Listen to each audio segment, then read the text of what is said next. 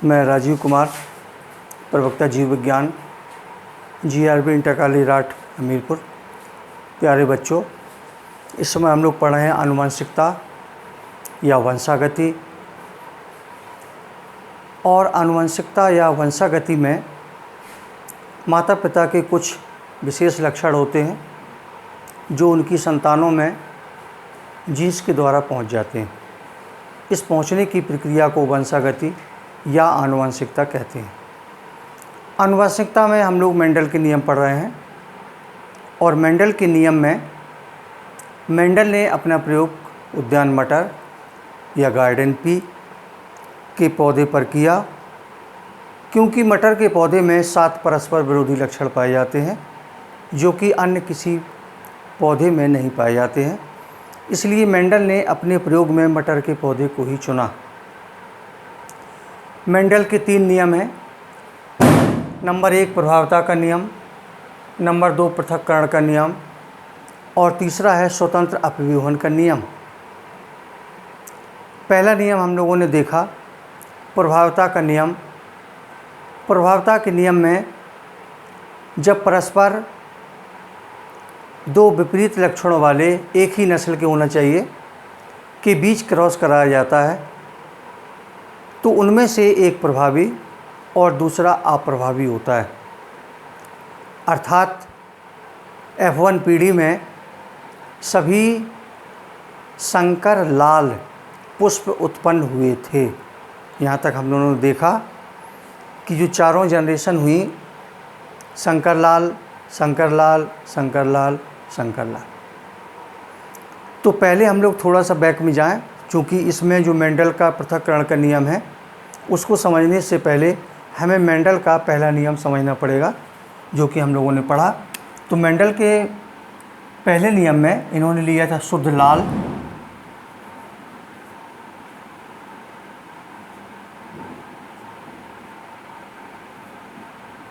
एक तरफ शुद्ध सफ़ेद,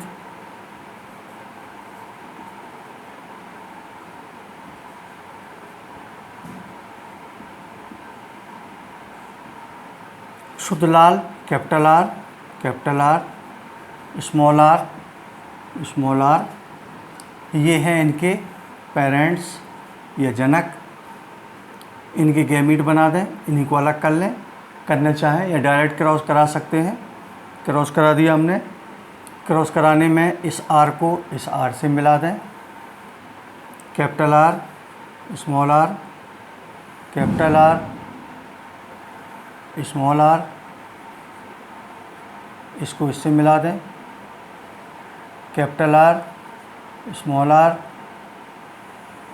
इसको इससे मिला दें। Capital R, small R. ये इनकी है F1 पीढ़ी। F1। तो F1 पीढ़ी में यदि हम देखें सभी संकर लाल हैं, capital R, small R, capital R, small R. इन चारों में से कोई भी 2 ऑफ स्प्रिंग्स या हम संतानों को ले लें। मान लीजिए हम इन दोनों को लेते हैं, इन दोनों को, तो ये इनके यहाँ पर हो जाएंगे पेरेंट्स। इनके गैमीट बना लें तो इन्हीं को अलग कर लें। यहाँ पर कैपिटल आर, इसको अलग कर दें। स्मॉल आर, इसको अलग कर लें। कैपिटल आर, इसको अलग कर लें। Small R. ये हैं इनके गैमीट्स। और इनके बीच में अब हम लोगों को जो है क्रॉस कराना है, तो यहाँ क्रॉस का चिन्ह बन लगा दें। क्रॉस के चिन्ह में इस कैपिटल आर को इस कैपिटल आर से मिला दें, तो ये हुआ कैपिटल आर, कैपिटल आर। इसी को इससे मिला दें, कैपिटल आर, स्मॉल आर।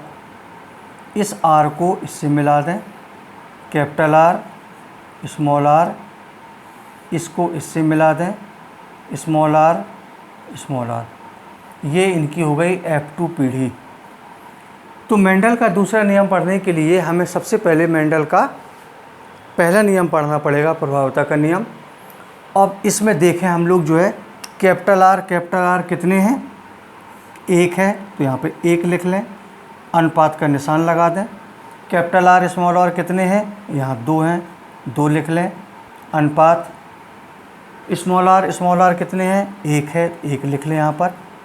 तो इनका जो अनुपात आया, ये इनकी जीन की संरचना है, ये इनके जीन समान है तो ये 1 है। इनकी कैपिटल आर स्मॉल आर इनकी जीन की संरचना है, ये 2 है तो यहाँ 2 लिख दिया, ये 1 है। अर्थात इनका जो जीनोटाइप रेशियो हुआ 1:2:1। अब इसमें देखें, लाल, ये भी लाल, ये भी लाल और ये सफ़ेद है, तो इसी में एक रेशियो इनका और आता है 3:1। तो 1 अनुपात आया 1:2:1 और 1 है 3:1।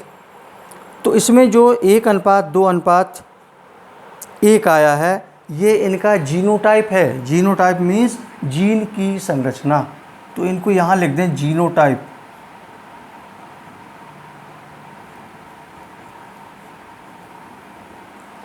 और 3:1 ये है फिनोटाइप।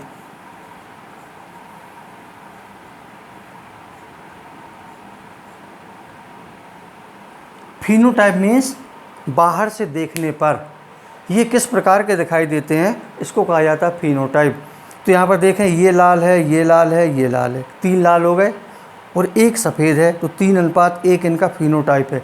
फिनोटाइप माने बाहर से देखने पर इनकी संरचना हमें कैसी दिखाई देती है। जीनोटाइप में होता है इनके जीन की संरचना। जीन की संरचना में जैसे कैपिटल आर है तो ये 1 है, कैपिटल आर स्मॉल आर ये 2 है तो यहाँ पर 2 लिख दिया हमने। इनकी जीन की संरचना सेम है। इनकी जीन की संरचना में स्मॉल आर है तो यहाँ पे हमने लिख दिया 1।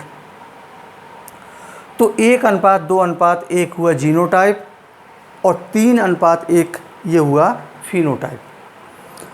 तो इस नियम के अनुसार कि जब दो परस्पर शुद्ध आनुवंशिक वाले लक्षण वाले पौधों का क्रॉस कराया जाता है, तो उनकी प्रथम पीढ़ी में जो अनुपात होता है वो एक निश्चित होता है, अर्थात सभी संकर लाल हुए थे F1 पीढ़ी में। फिर उन F1 पीढ़ी के किन्हीं भी 2 जनरेशन को हम ले लेते हैं, चाहे इन दोनों को ले लें या इन दोनों को ले लें या इन दोनों को ले लें, उनके बीच परस्पर क्रॉस कराया जाता है। तो उनमें जीनोटाइप और फिनोटाइप अनुपात एक निश्चित होता है। जीनोटाइप 1:2:1 है और फिनोटाइप 2:1 है। इसी को कहा जाता है एक गुण प्रसंकरण या मोनोहाइब्रिड क्रॉस। इम्पॉर्टेंट है मेंडल का दूसरा नियम जो कि पूछा जाता है। और मेंडल का तीसरा नियम है स्वतंत्र अपव्यूहन का नियम, जिसे कहते हैं लॉ ऑफ सेग्रीगेशन या द्विगुण प्रसंकरण या डाई हाइब्रिड क्रॉस। तो अगली हेडिंग डाल के छोड़ देना। यदि कोई इसमें क्वेश्चन पूछना हो मेंडल के द्वितीय नियम और मेंडल के प्रथम नियम में, तो हमें जो है क्वेश्चन व्हाट्सएप ग्रुप के माध्यम से भेज देना। हम इसकी मेंडल के पहले नियम और दूसरे नियम दोनों की एक PDF फाइल बना के भेज देंगे, जो कि अपनी कॉपी में नोट्स बना लेना, लिख लेना और यहाँ पर जो हमने पढ़ाया है उसको जो है उतार लेना। इसी को यदि हम एक चेकर बोर्ड के द्वारा समझ लें, वो छोटी संरचना होती है। चेकर बोर्ड कुछ नहीं है, एक चौकोर बॉक्स बना दें इस प्रकार से,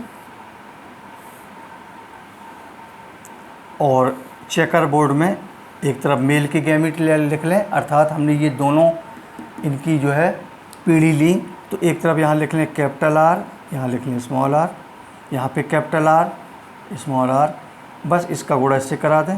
capital R capital R capital R small r, capital R small r small r small r। तो अब कैपिटल वाले 1 हैं तो 1 अनुपात, कैपिटल स्मॉल 2 हैं तो यहाँ लिख दिया 2 अनुपात, स्मॉल है तो लिख दिया 1। तो 1:2:1 या लाल लाल लाल, 3 लाल हो गए, 1 सफ़ेद है तो यहाँ लिख दिया 3:1। तो इस तरीके से भी हम बना सकते हैं मेंडल के नियम में चेकर बोर्ड द्वारा। चेकर बोर्ड इस तरीके से भी बना सकते हैं और ये क्रॉस के द्वारा भी बना सकते हैं, दोनों में रिजल्ट सेम आता है। तो बना के देख लेना, यदि कोई क्वेश्चन हो तो हमसे पूछ लेना। शेष हम लोग नेक्स्ट डे मेंडल का तीसरा नियम पढ़ेंगे। Thank you.